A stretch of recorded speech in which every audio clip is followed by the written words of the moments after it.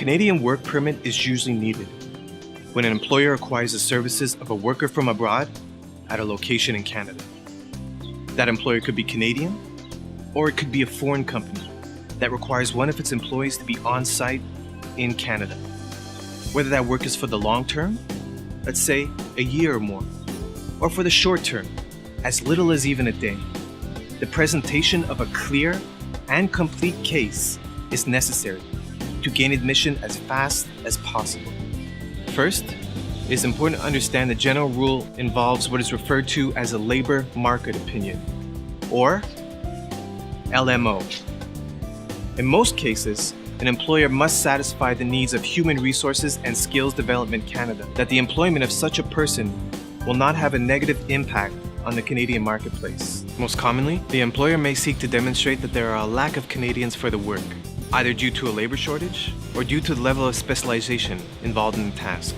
However, an employer may also seek to demonstrate that the employment is created or retained for Canadians, and that Canadians benefit from a transfer of skills and knowledge due to the employment of the foreign worker. LMO applications take time, and it's important that this timing be budgeted in the Canadian employment or project. But emergencies can happen, and in some of these cases, the application process time can be reduced. In any case, proper presentation and adherence to the various LMO requirements makes all the difference in the likelihood of success and the time it takes to get that. In some situations, the LMO process can be exempted. Maybe the most common application of this is the North American Free Trade Agreement, or NAFTA. Under NAFTA, certain professionals, investors, traders, and other business persons can get a work permit without the LMO application first. Instead of a review of the labor market by Human Resources and Skills Development Canada, the border or immigration officials will review the consistency of the application with important program requirements and definitions. A well-structured application in this category could result in a work permit being issued in as little as a day in some cases. There are other exemptions like these, including the General Agreement on Trade and Services and provisions governing Canadian interests. Examples of these may include transfers of certain employees between divisions of companies in and out of Canada. In some cases, work in Canada can be done in the absence of a work permit entirely, under business visitor provisions. As no work permit is sought in these cases, that means there is no labor market opinion needed either. For the most part, the case described by these provisions are really the exception, quite uncommon overall.